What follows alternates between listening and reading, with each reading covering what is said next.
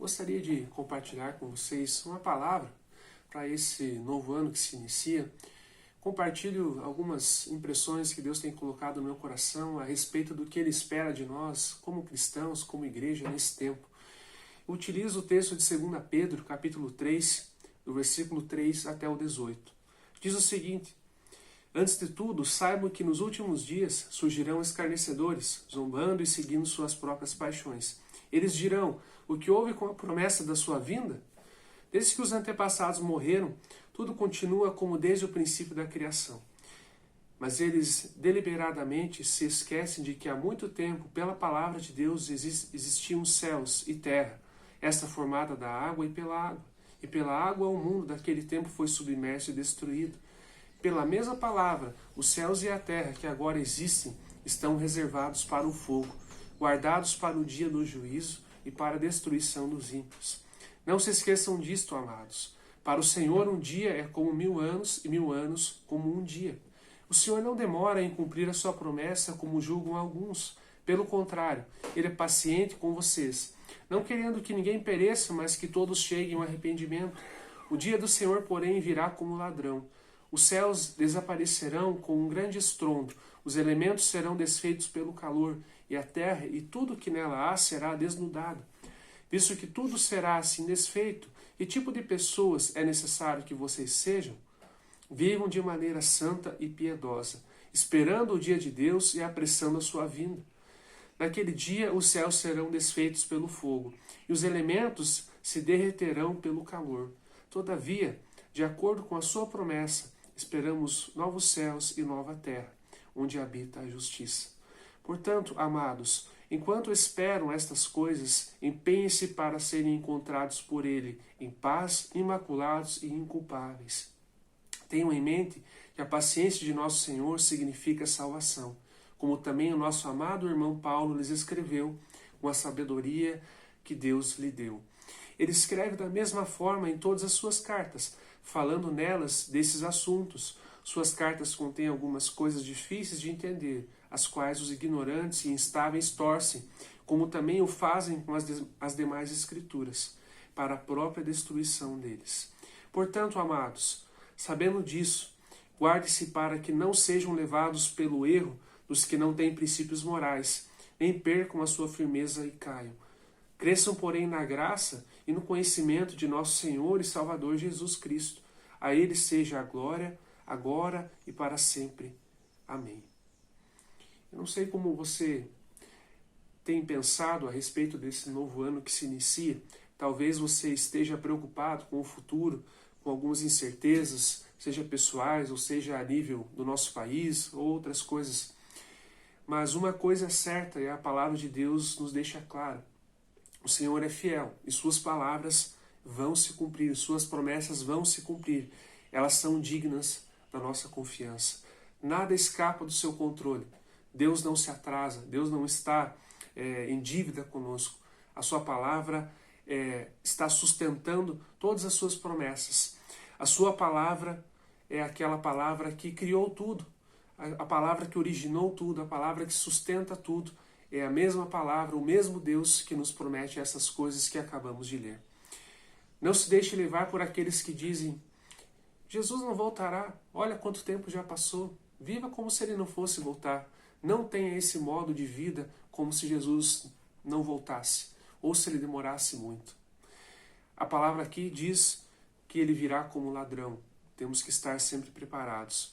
Não deem ouvidos àquelas pessoas que zombam das promessas de Deus, colocam em dúvida a sua fé, fazem você desanimar, fazem você perecer por conta disso. Não dê ouvidos aos zombadores que colocam em dúvida aquilo que o Senhor nos prometeu. Que isso faça você olhar para esse novo ano, lembrando que o Senhor está no controle de tudo e nada daquilo que Ele nos prometeu, daquilo que Ele nos disse, vai deixar de ser cumprido. Ele está sustentando, Ele está trabalhando nesse sentido também. Que isso tranquilize seu coração. Ele está no controle. Uma segunda coisa que eu gostaria de destacar nesse texto é que, embora a gente viva nesse tempo próximo da volta de Jesus, e muitas vezes esse tempo é um tempo difícil, nós vimos aqui caracterizado por zombadores, por pessoas que visam fazer com que a gente desanime na nossa fé, pessoas que torcem as Escrituras, como é citado aqui o exemplo do que fazem com as cartas de Paulo. É um tempo difícil por inúmeras razões, mas também é um tempo de salvação. É um tempo em que Deus está dando a oportunidade de arrependimento e salvação. O Senhor Jesus não está atrasado. O tempo de Deus está correto, está certo. Parece demorar porque Deus é misericordioso, porque Deus tem paciência, e a paciência dele visa que as pessoas tenham tempo em se arrepender, que as pessoas tenham tempo para ser salvas. Deus espera com paciência que haja arrependimento, que haja salvação, nesse tempo que vivemos, nesse tempo que antecede a vinda de Jesus. A paciência do Senhor, a aparente demora, não significa que ele não vai cumprir o que ele prometeu, não significa descaso da parte dele, mas significa salvação, significa oportunidade de salvação, tempo de colheita, tempo de salvação. Isso é que significa, muitas vezes, essa aparente demora. Isso que o texto nos deixa claro. Deus espera que participemos ativamente na sua missão, no seu propósito de salvação. Somos chamados a pregar a palavra, não somos chamados a julgar e a condenar as pessoas que já estão sem Jesus. A palavra de Deus diz que aquele que está sem Jesus, aquele que está sem o Filho, já está condenado. Nós não somos chamados para condenar ainda mais as pessoas, mas somos chamados para levar Jesus, uma mensagem de reconciliação, de arrependimento, de salvação. Esse é o nosso chamado como cristão, como igreja. Não é tempo de deixar a missão de Deus de lado, por qualquer que seja o motivo. Não é tempo de deixar a missão de Deus por conta de convicções políticas, por achar que aquela pessoa não merece, por conta da sua posição política ou qualquer outra coisa. É tempo de se apegar ao que Deus nos pede, de investir na sua missão, de dar tempo a isso, de dar valor a isso. Deus tem dado nesse tempo a oportunidade de salvação e nós devemos fazer a nossa parte nesse sentido. É um tempo difícil, mas também um tempo de salvação, um tempo de colheita. Outra coisa que gostaria de destacar também desse texto, como Deus espera que nós vivamos até que Ele venha. Esse texto nos revela algumas coisas, como nós devemos ser conhecidos nesse tempo. O texto vai dizer no versículo 11, vivam de maneira santa e piedosa. No versículo 14 ele vai dizer, portanto, amados, enquanto esperam essas coisas, enquanto esperamos o acontecimento da vinda de Jesus, empenhem-se para serem encontrados por Ele em paz, imaculados e inculpáveis. Não é tempo de pecado, não é tempo de brincadeira, não é tempo de seguir o padrão do mundo, ora seguir o padrão de Deus, não é tempo de brincadeira, mas é um tempo de santidade, tempo de ser considerado imaculado, sem mancha, santo, irrepreensível, inculpável.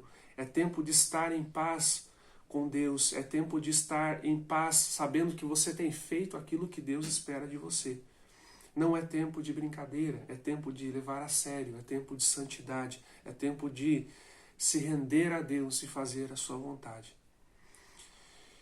E concluindo, fechando esse texto, essa palavra, no versículo 17, vai dizer o seguinte, portanto, amados, sabendo disso, sabendo do quê? De tudo isso que nós falamos, sabendo que a palavra do Senhor não falha, mas ela se cumpre, sabendo que a aparente demora não é um descaso de Deus, mas é uma oportunidade de salvação, sabendo que Ele espera de nós esse tempo, uma vida santa, uma vida piedosa, uma vida sem mancha, uma vida de santidade, sabendo de tudo isso, devemos então guardar para que não sejamos levados pelo erro dos que não têm princípios morais. Devemos nos guardar para que não percamos a firmeza e venhamos a cair. Devemos cuidar com isso nesse tempo. É um tempo de crescimento, como diz no versículo 18. Cresçam, porém, na graça e no conhecimento de nosso Senhor e Salvador Jesus Cristo. A Ele seja a glória, agora e para sempre. Amém. Que esse ano seja um ano em que você tenha essas verdades bem colocadas na sua vida. Que você viva sabendo disso. Portanto, amados, sabendo disso, sabendo de tudo isso que nós vimos agora, vocês vivam crescendo no Senhor Jesus. Que esse ano seja um ano de crescimento na graça e no conhecimento de Jesus. Firmado nele, firmado na sua verdade, firmado nas suas promessas, firmado naquilo que Ele espera de nós. Que esse ano seja um ano de comprometimento com a salvação, com a missão de Jesus, que é o que caracteriza esse tempo também que nós vivemos.